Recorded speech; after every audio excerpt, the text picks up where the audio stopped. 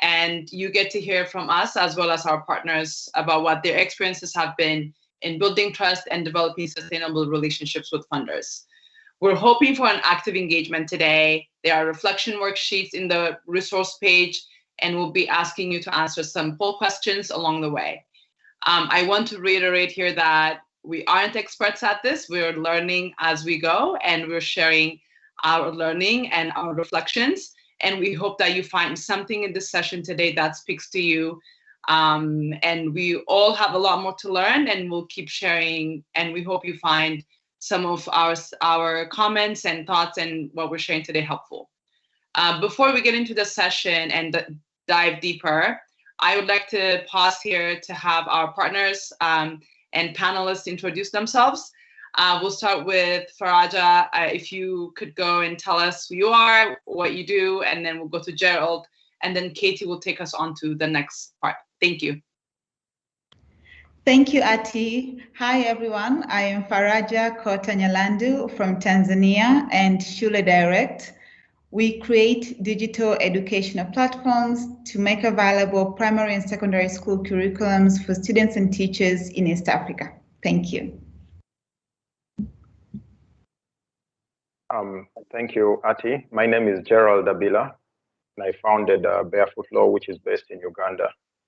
Through the use of digital technologies, BarefootLaw helps people to develop legal solutions to problems that they may face.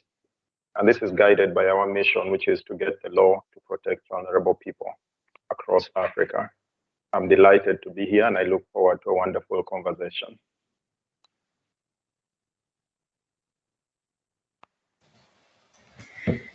Thanks, Faraja and Gerald. I can jump in. I'm Katie Bunten-Wamaru, co-CEO of the African Visionary Fund with Atti.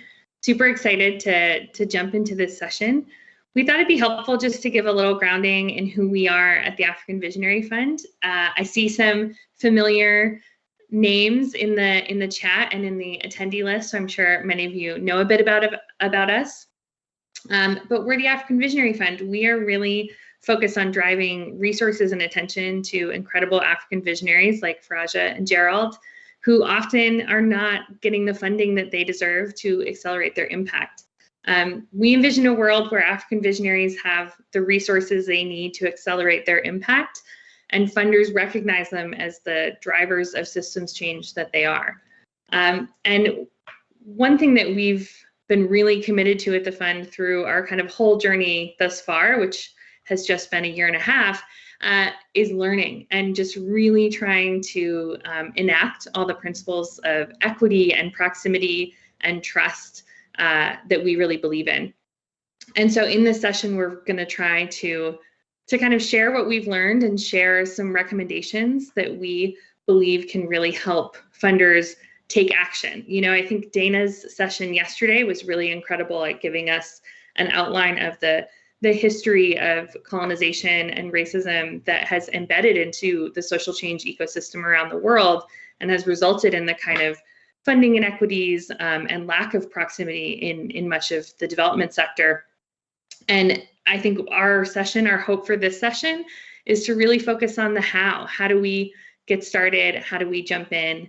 And how do we take action as funders, even small things to make philanthropy more equitable. So I think everyone can see our deck now, and if we can just go to the next slide. And then we're going to go, this is just a little bit about the African Visionary Fund, so we can go one slide more. And I'm going to ask everyone, like Atti said, we're trying to be really participatory in this session. It's not just going to be, us kind of talking into the void. We really want you all to participate. So if you can go to the polls section right next to chat in your screen, and go ahead and answer that first poll. So does your organization regularly track the leadership makeup of your grantee partners? You know, do you know in your investment portfolio, maybe it's grantee partners, maybe it's investment partners, do you know who's at the helm of all those organizations and how that shakes out across your portfolio in terms of really what types of leaders you're investing in? And I think that the event team will help us put those results in. And I see people answering, which is really exciting, and I appreciate the participation. And we can go to the next slide. We have one more poll. So if you've answered that first one, if you can jump into the second poll, which is the next slide in our deck. Does your organization have key performance indicators related to the diversity, equity, and inclusion of your portfolio? Again, I think we're gonna start the session talking about how do we know where we're starting from and know where we want to go. And so the idea of key performance indicators for funders is less about, you know, are you tracking the impact that your partners are having on the ground, because we all do that a lot, but are you really tracking the diversity, equity, and inclusion of your own giving or investment or grant making portfolio? Awesome. And I see a lot of people answering on the chat. This is awesome. Really helpful to also know kind of where we're starting from and what we can all learn together. So if we can go to the next slide, we wanted to start by talking about this concept of knowing where you're starting from. And some of you know me a little bit of my background. I worked in philanthropy and worked for a few different foundations, and then worked with a lot of different funders. And I think sometimes because we spend as funders so much energy kind of ensuring that our grant making is going to the right type of work, the type of work we want to invest in, the type of impact we want to have, maybe we haven't taken a beat to look at the kind of internal audit of our own grant making. So how equitable is your giving? Do you know what kind of funding is going to different types of leaders? Echoing Green and Bridgespan did some research a few years ago that showed that Black-led organizations have about 76% less unrestricted net assets than their white-led peers. And I think as funders, sometimes we forget that that can be happening within our own giving and investment portfolios. And if we don't track it, we won't know, you know? We can't mend what we can't measure. Similarly, key performance indicators are how you can kind of start to see where do you want to be. Are you happy with the makeup of your portfolio and the diversity, equity, and inclusion across the leaders that you support and you invest in? Or do you want to set some targets to have more equity or have more proximity represented in your portfolio? And I think the last point around team, board, and advisors is something we've really leaned into at the fund. Who do you listen to? You know, each funder, I think, has different interest areas geographically, sector-wise. And if we think about the ultimate communities that we want to be impacted by the movement of philanthropic capital that can help accelerate impact, are those communities represented at all in the kind of team, board, advisors of foundations and funders, and who's making decisions about where money goes?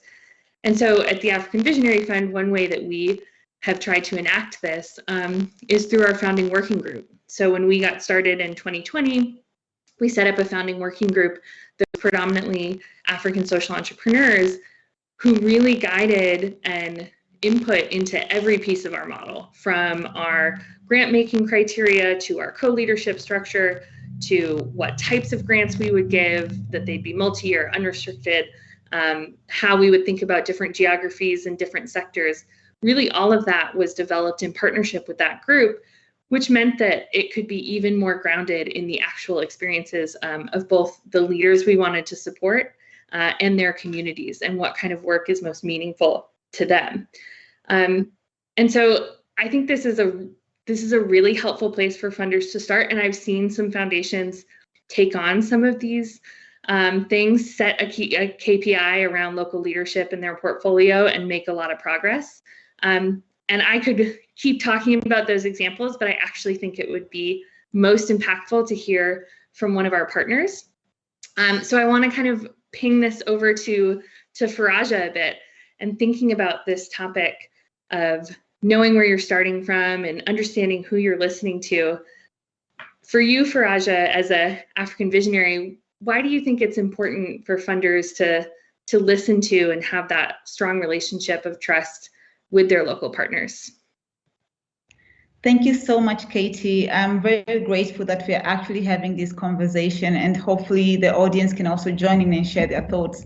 I think it's so important for this relationship to be strong because the first reason, which I think cuts across both sides, is the issue of context. And funders have to be able to trust the doers on the ground because the doers are in proximity with the communities they serve. They are part of that community and they do understand the challenges, they understand the needs, they understand the demands, and these challenges and needs and demands change over time. So I think it's very important for the funders to wish and to want to know what these needs are and how they're changing as a community. And doers being on the ground are actually able to funnel this information to funders, and this maximizes their impact. It maximizes how the strategy is relevant in the communities that they wish to serve. And I'm sure every funder wants to make a difference.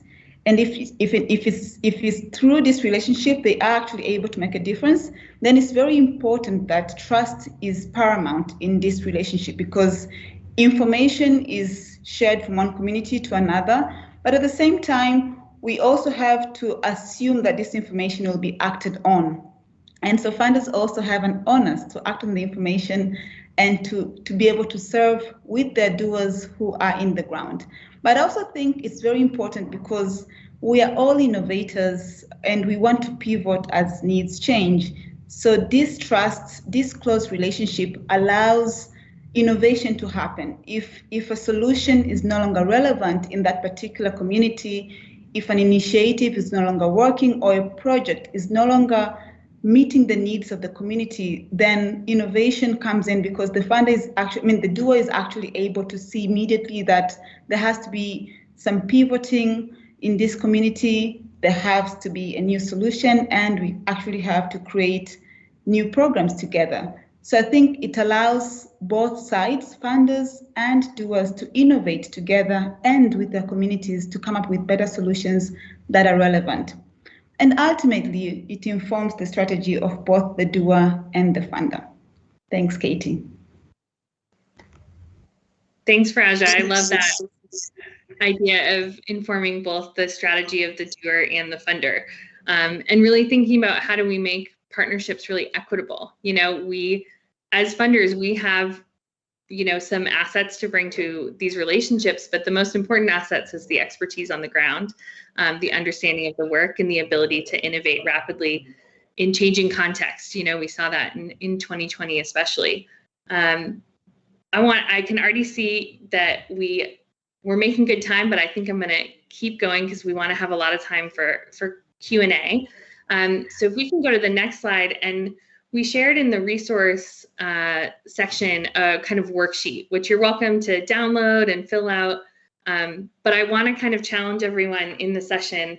We're actually going to pause for a full minute and just think about this and maybe jot down some ideas. If your organization performed an internal audit, what would the findings say about your giving? In what areas are you excelling and what needs work? And there's no pressure to input your answers into the chat. This can be just something you note down yourself. But I think sometimes we sit in these sessions and we talk a lot and hear a lot about these issues and don't always have that reflection moment to reflect on our own individual practice and our own individual organizations or grant makers that we work for or work with, and how we're doing. So I'm just going to pause for a second and let everyone kind of practice that reflection and jot down in your notebook or in the worksheet, however you like, some of your thoughts on this for yourself.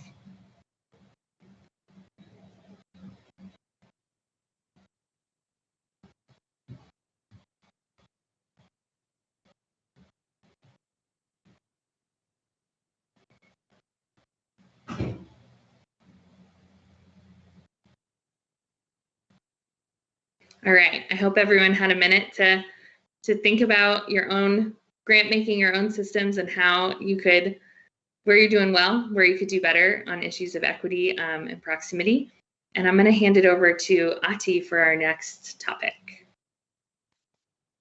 Thank you, Katie. If we could move the slide to the next page as well. As we get to the next poll, I want to remind everyone that if you have questions for any of our panelists or Katie and I, please pop it into the chat box, and we'll have some time allocated later for questions. Now, as we transition into the next section, we'll be looking at how we can examine our blind spots and redefine our criteria for grant making. So our first poll is, how often do you review your grant making criteria or your investment criteria? And as you think about this, the options are in the polling next to the chat box, and you can choose between, are they constantly evolving for you, or are you doing reviews annually, semi-annually, or every few years? Maybe you have not regularly reviewed them, or you've never reviewed them before, or you don't have a set of grant making or investment criteria you're using. So get to those polls. It's good to see people are answering.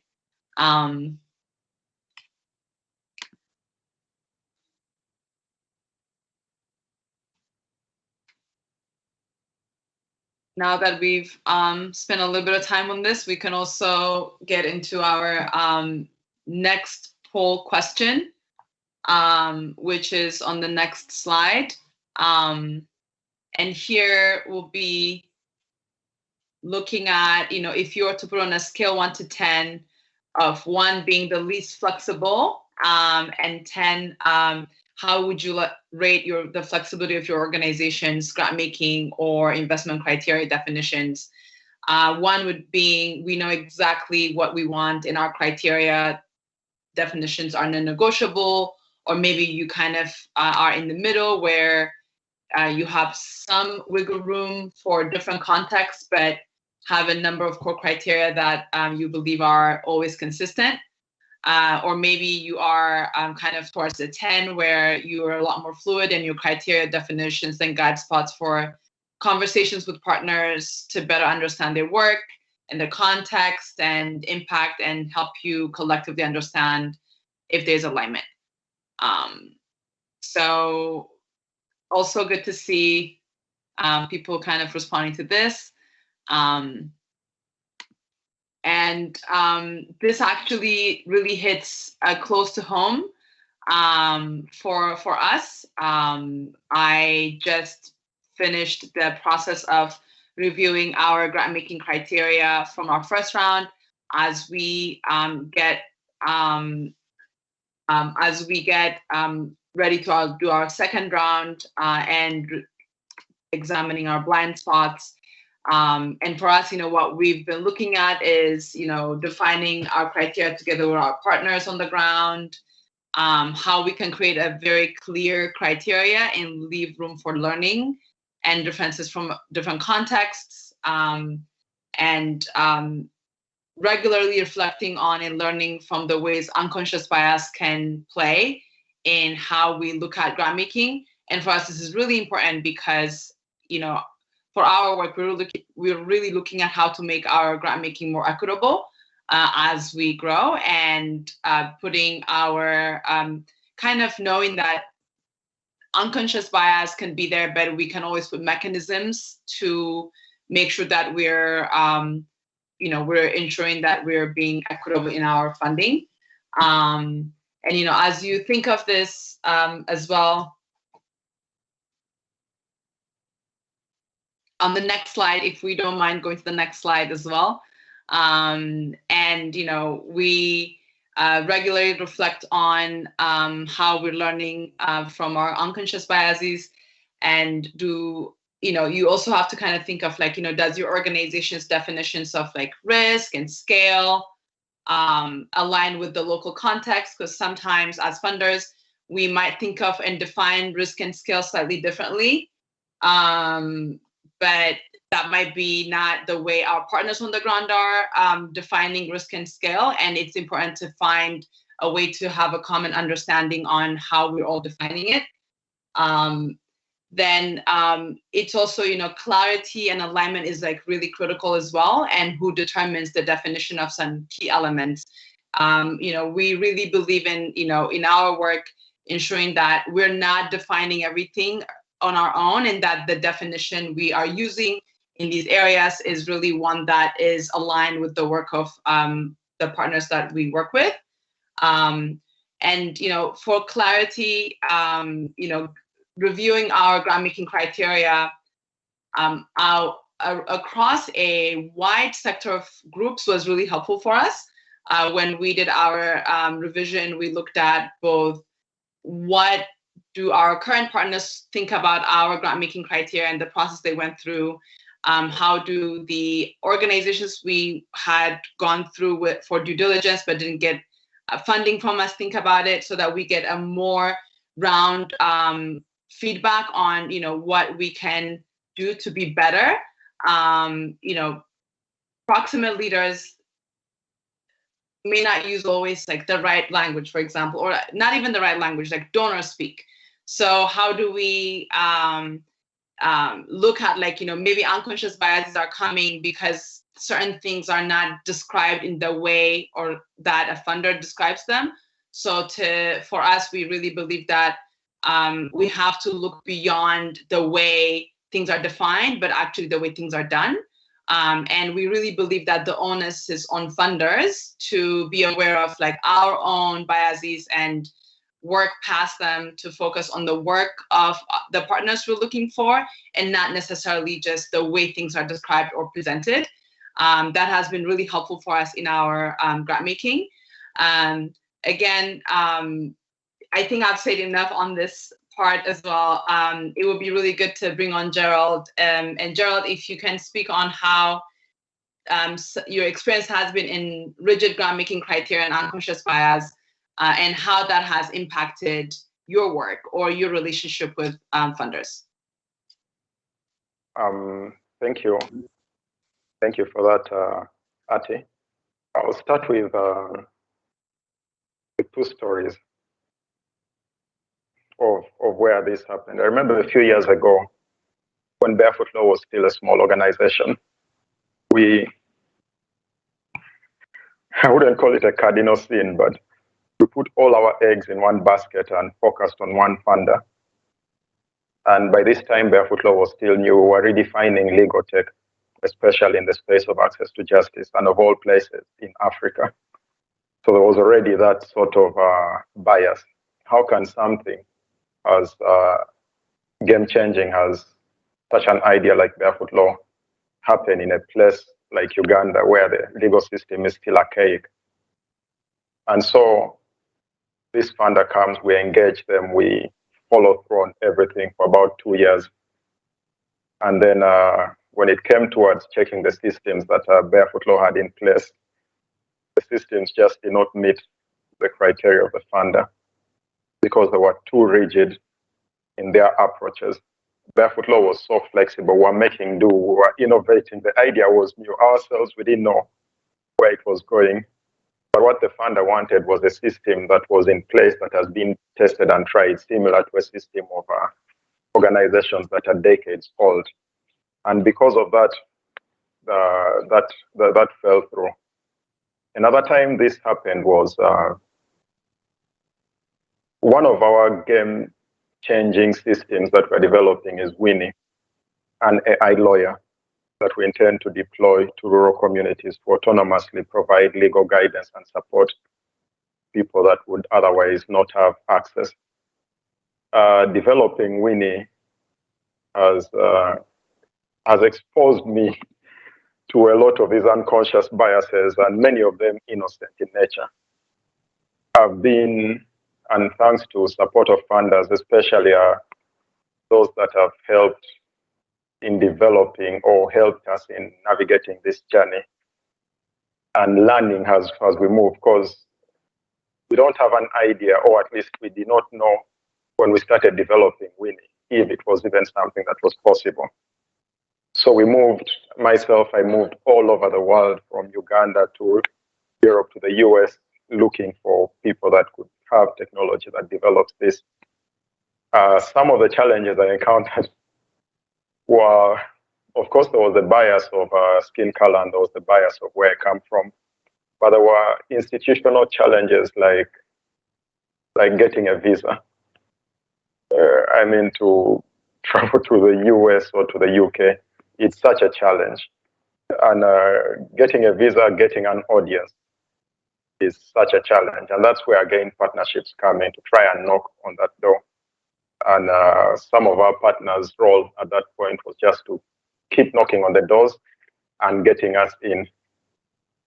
And that was very helpful. It reminded me of something that the keynote speaker today, Theo, mentioned, which is about us learning how to listen. And if we listen to people who look and think like us, then we undermine our ability to achieve the very things that philanthropy intends to overcome. And this, of course, listening comes with communication. And part of this communication, I would say, and I don't know if this is the right time to mention it, but it comes in looking at, there's a story that she told about a story in Congo about a group of journalists that were taken to the field to meet a group of women. At the end, what the journalists saw was victimhood. What the women saw and heard was about sisterhood. And a lot of times, proximate leaders do not need self-pity or victimization. What they need is a level playing field, one that places equity before equality, and one that's proximate to the cause in heart, body, and soul. And I believe once that is achieved, then we can hold them to the same standards, and together we can work towards achieving greater impact. There are so many stories around this topic because it's close to my heart, but I guess as the discussion goes on, we can keep sharing more. Atti. Thank you, Gerald. That was really, I really love what you said around, leveling out the playing field and equity, not equality. I think that's like something for all of us to think about, where our partners on the ground are really looking for an even like leveled playing field, and not necessarily like the stories that you were just mentioning. So as we move on to wrap this particular area around what we're looking at in our blind spots, this is like the worksheet we have for you to think about. You can write it in your notes or in the portal, how you determine and define your grant making or investment criteria, and ask ourselves, are there ways you could better involve grantee partners in that process, and what is the one way you could start doing this.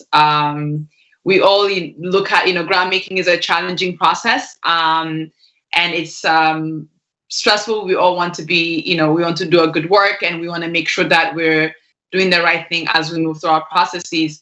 And sometimes it's good to just think of, if there's one thing we can change today that could get us on that road, that would be a really good way to kind of think about this.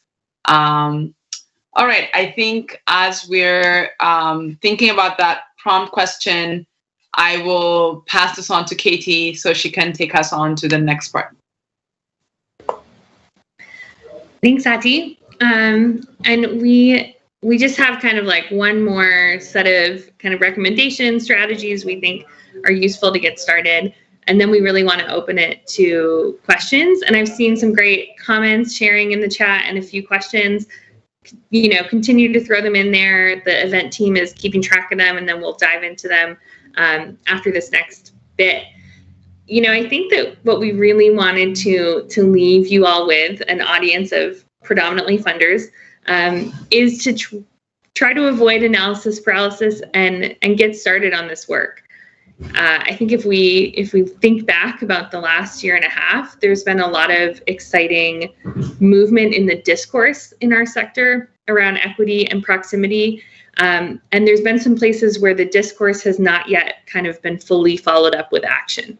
And so really think about, philanthropy has this perennial habit of talking about the problems in philanthropy a lot, and kind of continuing to talk about them and not really move into the space of action.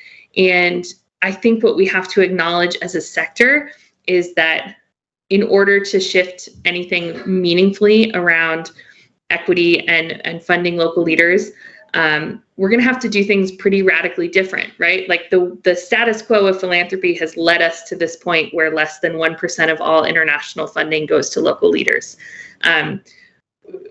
We're going to have to get uncomfortable and try really new things in order to shift that. So one way, of course, we think is find proximate and equity-centered funding partners. The African Visionary Fund is such a partner. That's the role we're trying to play, is really to help funders bridge this gap and get money moving directly to stellar high-impact African visionaries like Faraja and Gerald, and we have 6 partners in total at the moment and are only growing. Having our kind of model, and we're not the only fund or intermediary, however you want to call it, that sits in this space. I think we have a lot of advantages. We can take risks. We do unrestricted multi-year funding, which is really what's going to accelerate impact on the ground. We have really high-touch relationships with our partners, and we're able to co-design and take and learn and continue to try to do more and more participatory grant-making principles within our work. And we can just move really fast. And that's kind of the beauty of an intermediary of sorts. And I think for many of our funders, that's been we've been kind of a helpful entry point to make sure that maybe they don't have a team on the ground, maybe they want to do really large grants, and we can kind of play a role to make sure that the funding and the attention is really getting to the leaders on the ground.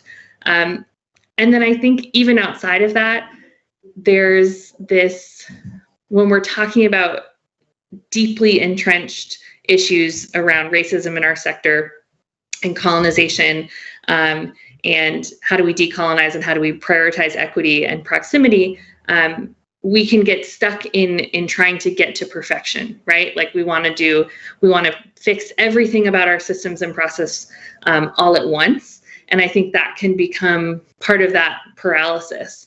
And so really embracing action over perfection.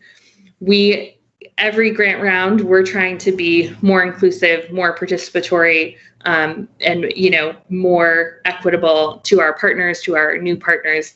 But there's still ways that we're not fully where we would love to be. And each round, we're just trying to get better and better. So I just hope that everyone in this session tries to think about, what's just like 1 or 2 things to get you started. And with that in mind, we just have one more poll before I'll shift over to Atti. And so there's one more poll if you scroll all the way down in that part next to the chat. Which of the strategies discussed today will you try implementing as you continue to build stronger equity-centered relationships with proximate leaders? So I'd love to see what's resonating with you all there. And again, throw questions into the chat. And then I'm just going to hand it over to Atti for one kind of final question to our visionary partners, and then we'll get into some Q&A.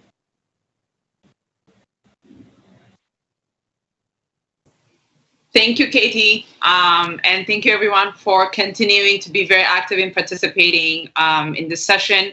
This has been our hope that we can have an open dialogue where we're all learning from each other and our experiences.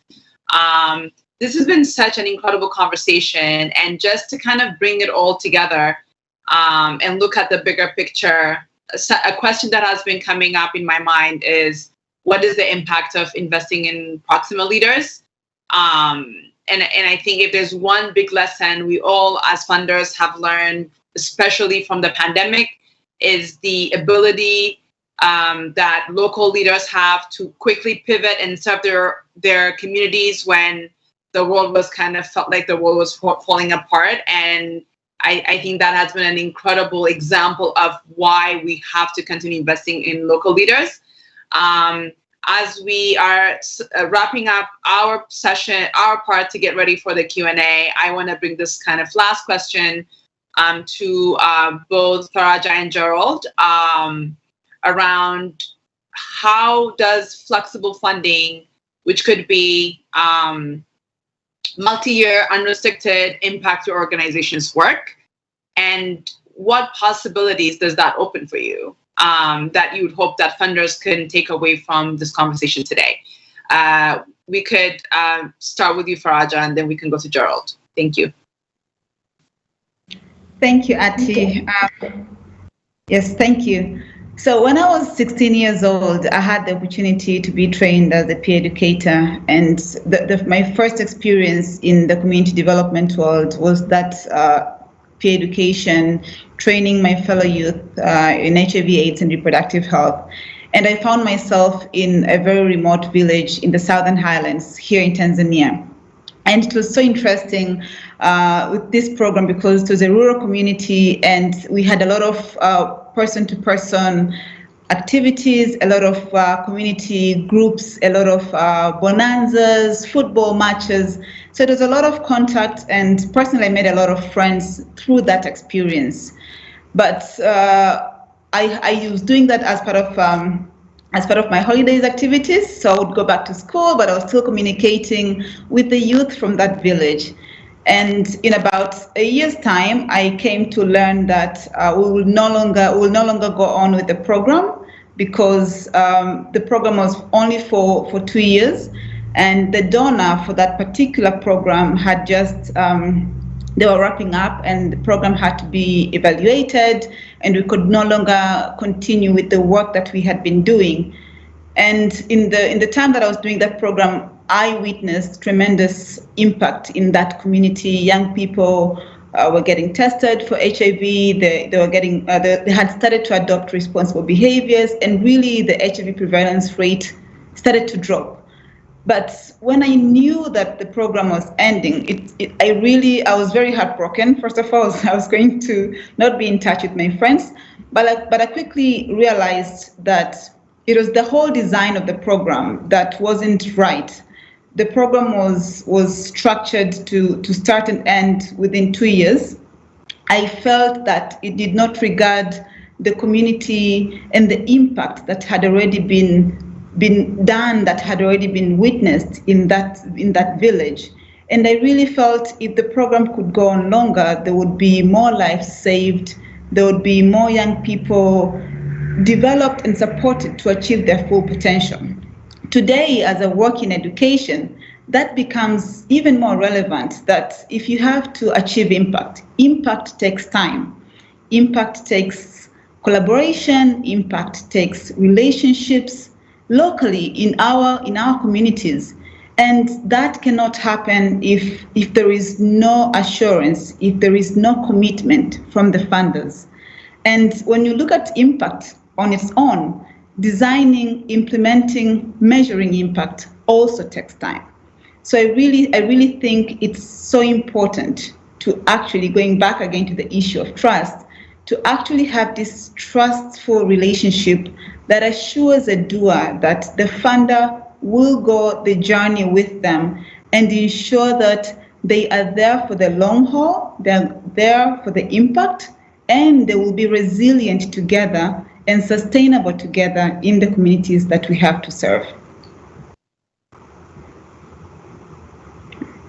Thank you so much, Faraja. That was really wonderful. I took a note around impact takes time, impact is collaboration and relationships. That's like a really wonderful way to kind of bring this conversation towards the end. There's one more prompt for you to think about that is not in the presentation, but for all of you to kind of think through later, that I would like to just read out, and then we'll get into the Q&A.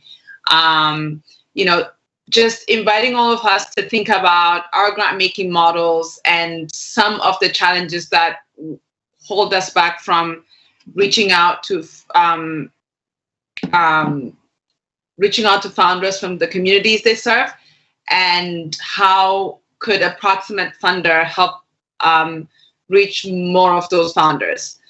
So as we think through those, I'll come back and have Gerald also give us his thoughts around how flexible funding, unrestricted or multi-year, impacts your organization's work and what possibilities it opens up for you.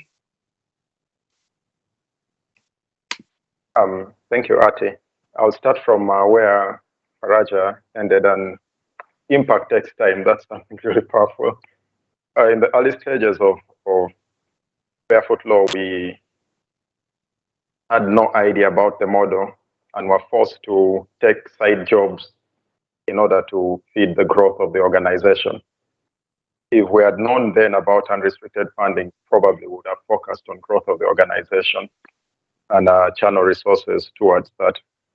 But directly to what Atti asked, I always like sharing this story about the horse and the horse rider. And the work we do is like a race. There's the horse, there's the horse rider, and we're all moving towards a win. I only see a win. And it takes investment in the horse and in the horse rider for us to win the race. A number of times, restricted funding focuses a lot on the horse, the sector or the nature in which you operate, be it clean water, be it food for children, be it access to justice. But a number of times, there is not much focus on the horse rider. And that's where unrestricted grants sort of come in. And I remember, I'm always reminded at this point of an African proverb: you only know which part of your heart is raining during the rainy season. Yeah, and the sort of work we do is, it's like building a hut. And the last year's been a true reflection of a rainy season. And we've been forced to see loopholes in the way in which we operate. The droplets are coming from here. You need to buy a bucket, run around this side of the house, come to this side of the house to trap the water. And that's how it has been. And unrestricted funding is that sort of funding you use to buy the buckets. And again, thanks to the AVF and partners that offer this type of support. Never, again, to borrow from that analogy, never would I at some point think BarefootLaw would operate remotely for 1.5 years. And yet here we are. What does remote operation entail? It means buying for staff chairs to work at home. It means giving them faster internet. In a country where health is a bit of a challenge, it means improving on their health insurance and providing for them certain benefits and certain basics. And that's where I feel unrestricted funding comes from. It comes in to sort of plug that loophole. And I guess from the lessons that we've learned, none of us can really foresee the future. And yet a number of the requirements that funders require need us to be able to foresee the future with a certain level of accuracy, which usually is not the case. And my lessons or my thoughts to funders or donors is, one, remember why you started. I don't think many came into this sector or into philanthropy to look for systems and make sure systems are in place. I guess it was mostly because of impact. And so we should always remember why we started and how to achieve the impact, as opposed to getting so trapped and stuck in bureaucracy. And secondly, funders should lean more towards proximate leaders. And I mean leaders who are proximate in terms of their bodies, their hearts, and their minds. And again, shouts out to the African Visionary Fund for this and for advocating this, Echoing Green and the Bridge Fund Group as well, for pushing forwards this.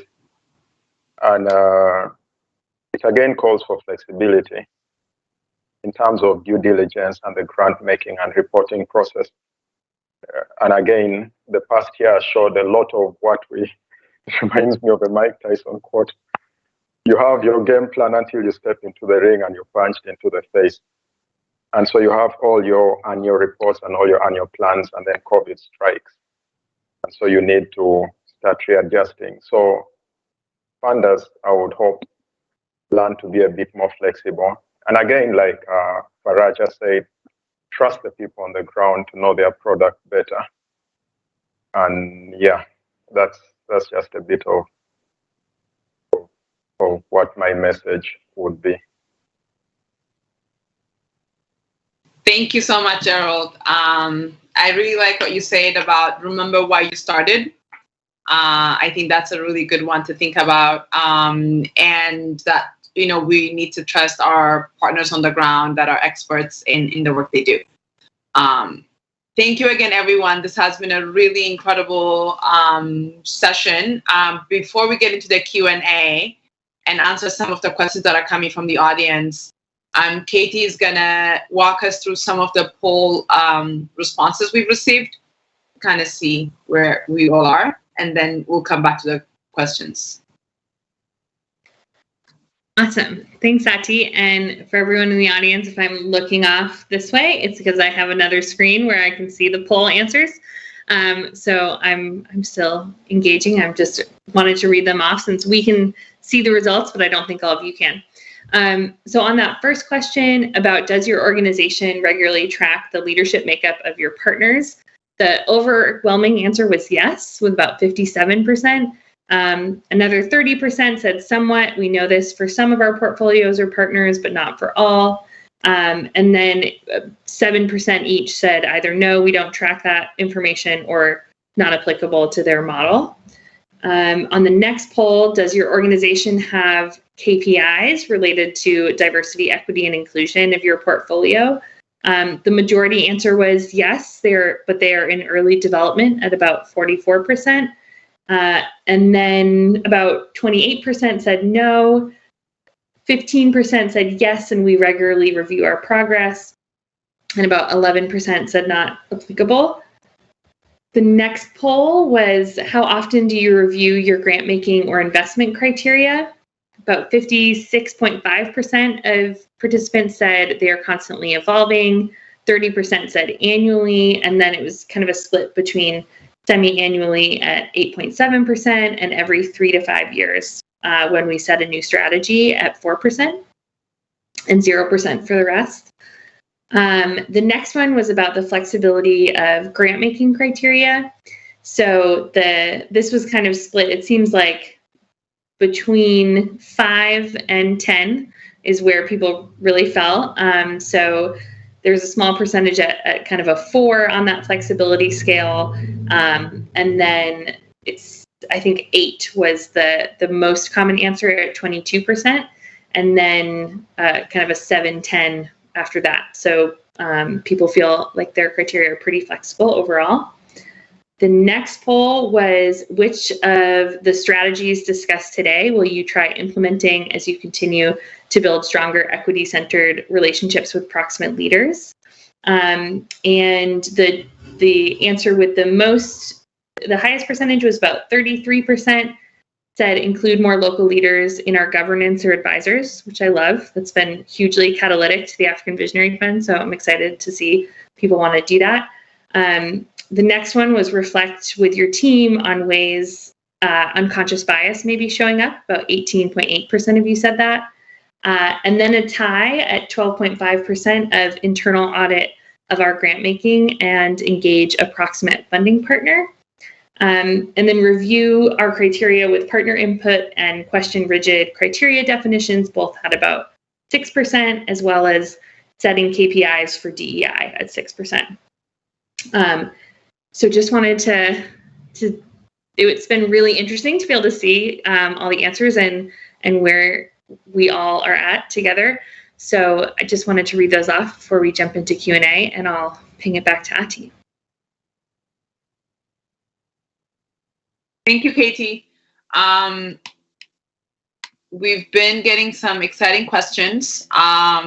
So the first one is specifically to you, actually, Katie, which is, one One second. I'm also, if I'm reading this way, it's also because I'm looking at the questions. Katie, when you speak about KPIs here, you mean on the part of the donors? I find most of us don't even know what success looks like, so we can't really communicate what success actually looks like for us. Yeah, I'm happy to jump in on this. And then Faraja and Gerald also, or Atti, if you want to jump in, build on anything I say. I'm really passionate about key performance indicators for funders, partially because as funders, we have a tendency to put a lot of KPIs on our partners, and that rarely goes the other direction. And when I say key performance indicators for funders, I really mean that it's our responsibility as grant makers to understand if our grant making model is effective. And I think what we often do is we make this leap of, okay, if the ultimate impact of my partners is being achieved. So if BarefootLaw is successfully, bringing access to justice into rural areas of Uganda, then my grant making model must be effective. That's a very big leap, right? Like you're kind of taking credit for your partner's impact, where they're applying a lot of expertise, innovation on the ground to create that impact.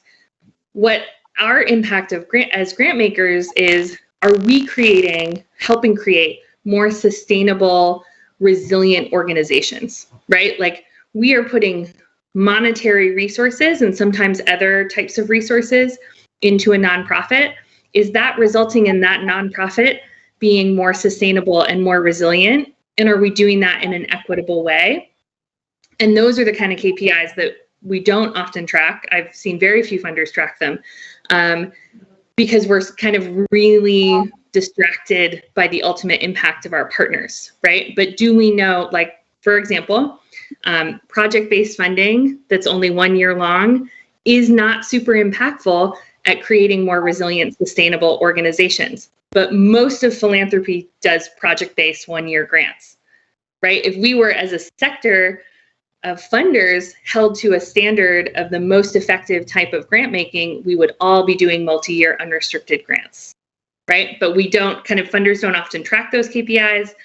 We don't have any real accountability outside of the accountability we create for ourselves. And so when I say KPIs, I really mean KPIs for funders. A funder that I worked for example, set a KPI around what percentage of their portfolio they wanted to be locally led. And they worked with their partners to create a really nuanced and clear understanding of how they defined locally led, and then tracked that in their portfolio. And they went from 50% locally led to 70% in about 3 years.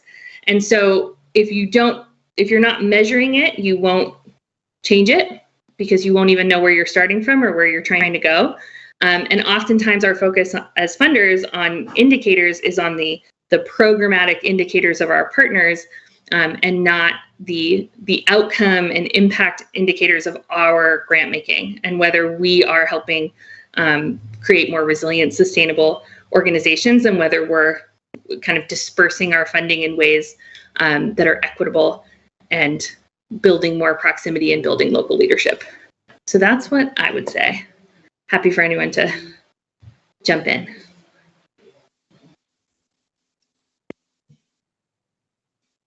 Faraja or Gerald, do you have anything you'd like to add to this point?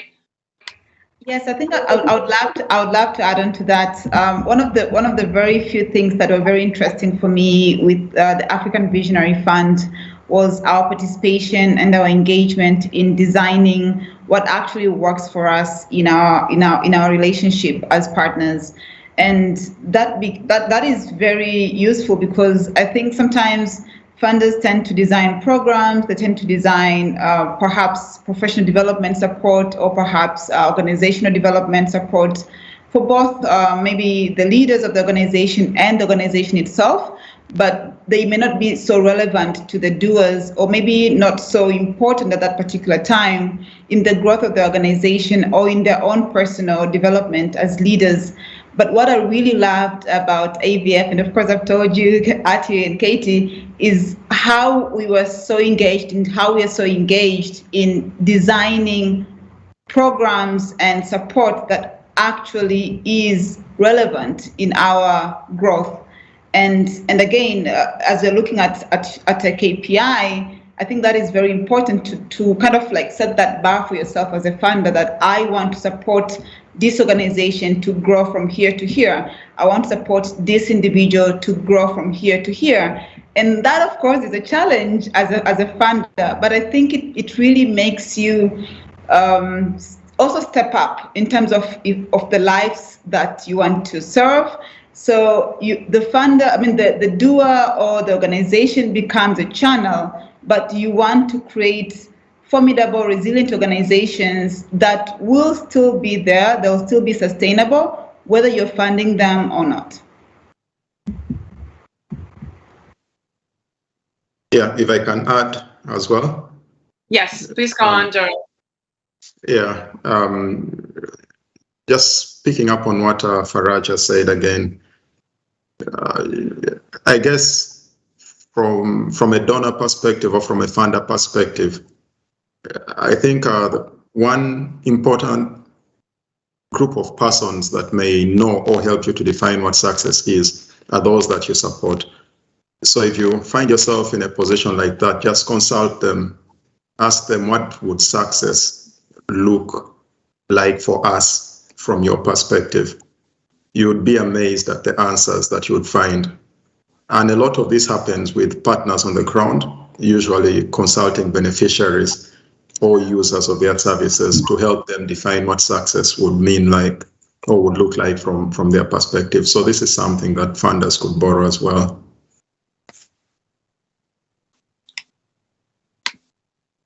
Thank you. Thank you, Gerald. Sorry. Go on, Katie. Oh yeah, it took me a second to get off mute. We're trying to kind of coordinate the questions, of course, in the chat. I saw a few questions come in mentioning kind of, funders that are invite only, or asking about kind of unsolicited, accepting unsolicited grant proposals, and the kind of tension inherent in some of that decision, and asking specifically if the African Visionary Fund accepts unsolicited proposals. And Atti, you and I have had a lot of discussion recently about this and how we get closer and closer to it. So I wanted to kind of ping that to you around, how funders can think about balancing all the aspects of opening up to unsolicited, but do you have the bandwidth to actually look at them all? Are you asking for a lot of time from partners and the likelihood of funding is low, and all those kind of the factors that come in? Absolutely. This is something that we're currently going through, and it's very, very fresh in our minds.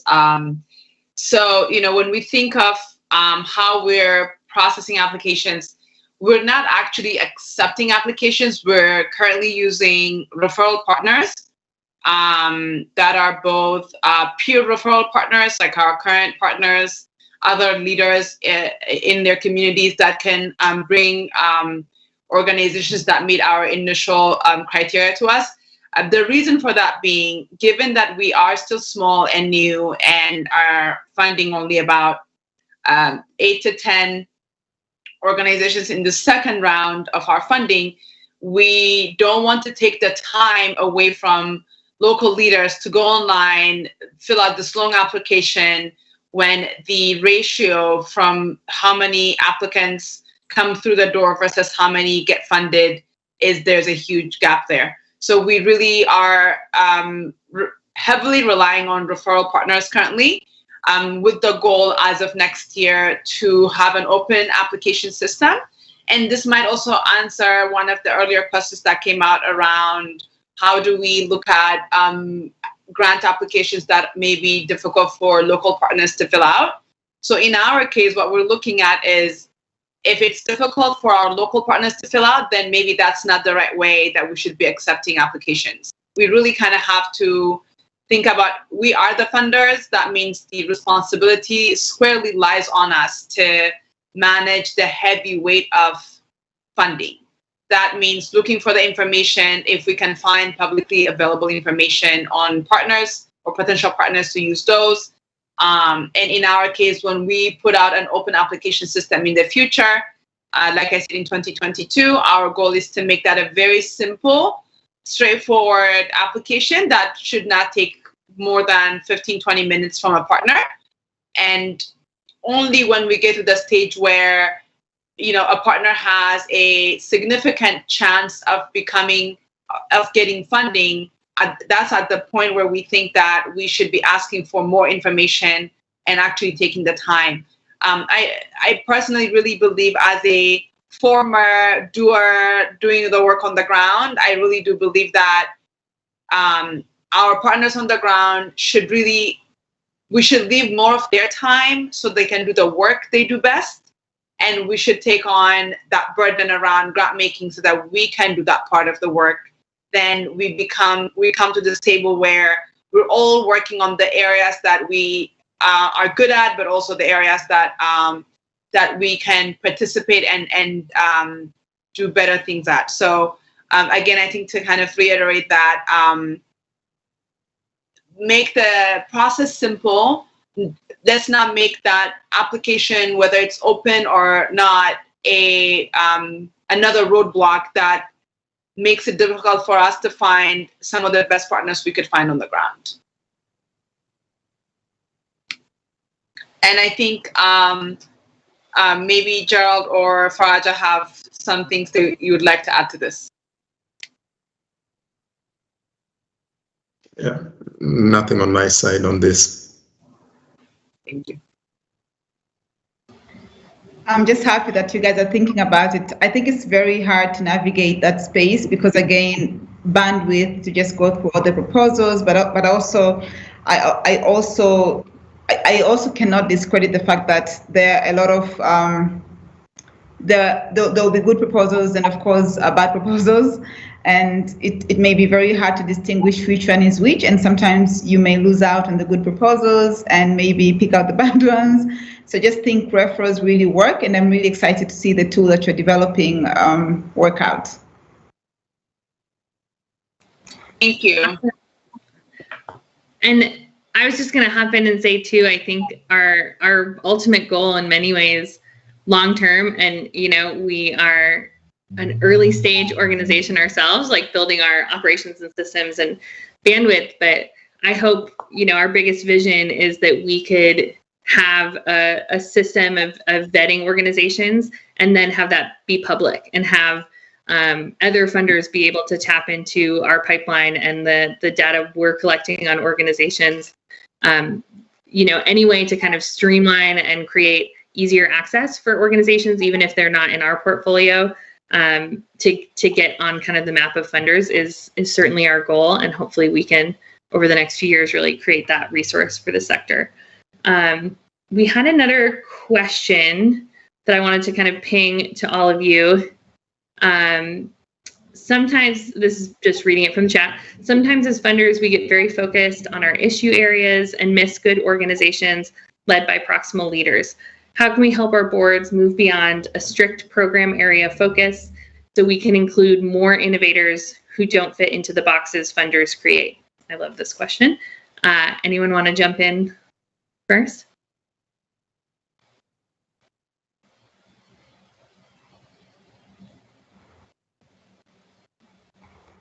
Yes, I'm happy to.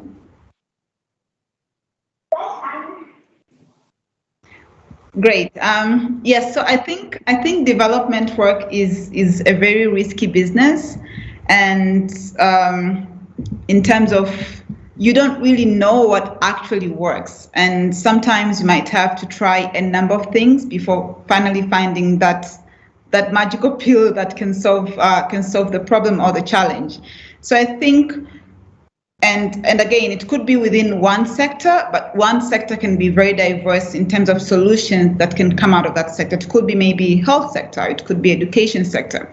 When I was starting Shuler Direct, we were working in digital technologies, but in education. And at that time, there was no other organization that was working in education and technology in Tanzania. And it was very hard paving, charting the waters and just trying to develop our solution and raise funds and get partners and get the government to really see the impact that we can potentially have. And so, and now, of course, several years later, we are seeing that impact. So I think that's the same thing goes with funders, to not necessarily restrict themselves to what they've always known, but to also be willing to experiment to what might actually be new, but that could potentially work. And again, it's innovation, it's risk-taking, but the rewards could be really great. So I just think it starts with the mindset, it starts with what can potentially work. So perhaps it's also about our own attitudes and our own fears and our own biases on what we know to be impactful, on what we know to be the solution, and to just broaden our thoughts and our views that there could be something else out there that could potentially work, and be willing to experiment. Because again, communities are changing, a solution can come out of anywhere, and it can actually have a real impact. So I just think it's about truly being open-minded and being willing to experiment and try things out with the doers and the communities. I believe in always consulting with the beneficiaries, or in our case, the users, to actually know what they truly want, what actually works for them. So I believe creating this triangle of community, funder, and doer, and being willing to experiment together can go a long way. Just to come in, if I can. Yes, of course. Go on, Gerald. Thank you. I believe, going back to the analogy of the horse and the horse rider, I believe many horse riders share the same trait that cuts across, in this case, the horses that they ride. So, and I know a number of funders that focus on this. What traits in I don't know, what traits in your beneficiaries, or what traits in the organization and in the leaders that you're going to fund are you looking for? So if you could maybe identify some of those traits, a number of organizations have done that, a number of funders have done that, and then just look for these traits across different issue areas. Usually it produces the same kind of results. And so just identify the leadership traits that you're interested in that go beyond the different issue areas, whether it's health, agriculture, law, education.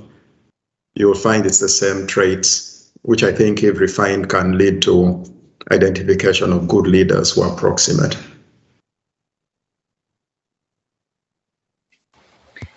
I can jump in on this one too. I was just kind of, as I read the question, my immediate reaction was, this is why it matters who is on your board, and where they're from and what their experience is, and what kind of community perspective they can bring based on where you're funding.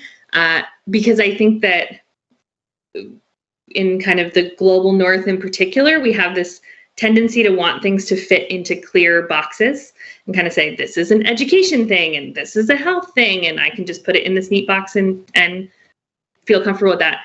And I think the reality on the ground in any of our communities, not just communities in the global south, but in the community I live in rural New Hampshire, is that things are very interconnected and very complex. And so the idea that kind of just one sector can kind of operate completely on its own isn't reality. And so having members of your board and advisors that you listen to who live in that reality, in the places you want to fund, will help you ask those questions, so that at a board level, it's less about, are we funding this one thing that we think we want to fit in a clear box, and more about, if we care about health outcomes in a community, how does education affect that? Because it does, right? And how does economic empowerment affect that? Because it does, because all these things are interlinked. So I just think this is a great question to build on our point around who are your advisors, who's on your board, and how do you diversify those voices in a way that helps to challenge some of these narratives. And the other thing I would say is we've been really intentional in being sector agnostic. I don't know if that's someone looked at me funny when I said that term recently, but essentially we just believe that we want to fund the leaders of social change on the ground on the African continent across sub-Saharan Africa. And that can be in a wide variety of sectors. And as is often the case in my experience, in many places on the African continent, things are leapfrogging anything we have reference for in the global north. And so technology is growing at an incredible rate. Innovations around human rights, like Winnie, like the AI lawyer that BarefootLaw is developing, all these things are really emerging. And funders, we have a tendency of being kind of 10 steps behind the social innovation happening on the ground.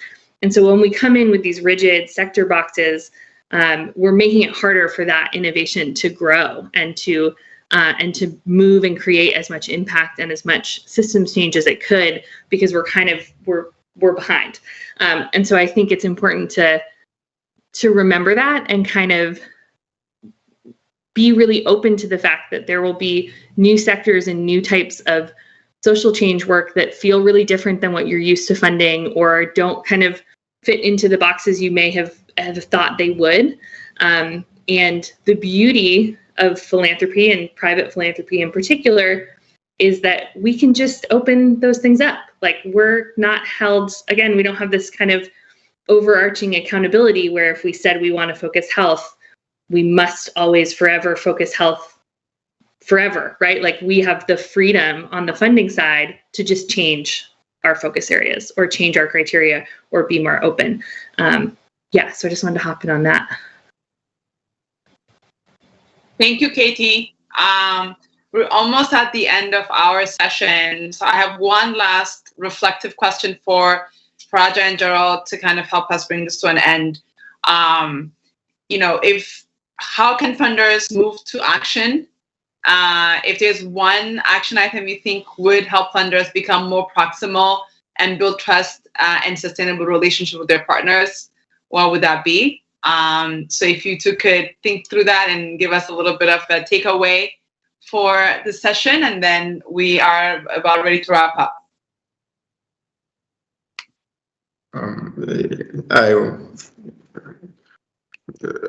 One takeaway for me as a move towards action for funders is to learn to listen to the audiences that they serve. The answers to many of their complex questions are usually easy, and they lie with the audiences that they serve. After listening, give those voices a platform to bring about that positive change. You'll be surprised at how quickly you'll achieve results that are proximate to the issue or the subject matter that you intend to, in which your sector operates. So just learn to listen and give that voice a platform to bring about that positive change. Thank Faraja. Yes, thank you, Atti. I think what I would really like to tell funders is that it's okay to be uncomfortable. It's okay not to be in a space where you feel that you understand everything, to be in a space where you feel that perhaps there's more to learn and more to unlearn. So we are all learning together. And in the spirit of Ubuntu here in Africa, we really believe that I am because you are, and you are because I am. So we are all depending on each other. We want your strategies and your impact to work as much as you believe our strategies and impact should work. We are counting on each other to succeed, and we both want to serve our communities and achieve full sustainable impact. Thank you. I really love that. I am because you are, and you are because I am, and we're all in this together. Katie, if there's any final thoughts you would like to add, or any reflection for you, also if there's one thing you'd think of as the next step for a funder. I think the one thing I would say is to remember that you can do whatever you want. Funders have the freedom to change in ways quickly if they want to. And I think we get stuck in like systems and operations and process and again, trying to do things perfect. We have so much freedom on the funder side, and we need to like remember that and also not take that for granted and use it. So if we want to make these kind of changes, we need to just make them. Thank you. I think something Gerald said also really stuck with me around, you know, the answers are often simple if you ask the right questions. I've learned that from just revising our grant making criteria and selection process over the last few months, where by just spending a time with our partners or other leaders on the continent and asking questions around how can we be better funders and better partners, I've learned a great deal. And I've also learned that it makes my work as a funder a little bit easier, because I'm only absorbing information and then looking at what is the majority of the people who do this work say, and how can I, as a funder, how can we as a funder move closer to the way that our partners are thinking about certain criteria or certain issues. Thank you again. As we wrap up, I really want to spend time to say thank you to our panelists today, Faraja from Shuler Direct and Gerald from BarefootLaw. If you want to learn more about their work, you can find their information in the chat. It was put in earlier, their website and all of that, social media. If you want to learn a little bit more about us as well as the African Visionary Fund. I also want to thank my co-CEO, Katie, for being a great co-panelist today. And finally, I want to thank the New England International Donors and the Philanthropic Initiative for putting together this symposium and this really important conversation on how we can move from the why to the how. Thank you, everybody, for joining us, and have a wonderful rest of your day. Thank you. Bye. Thank you. Thanks, everyone.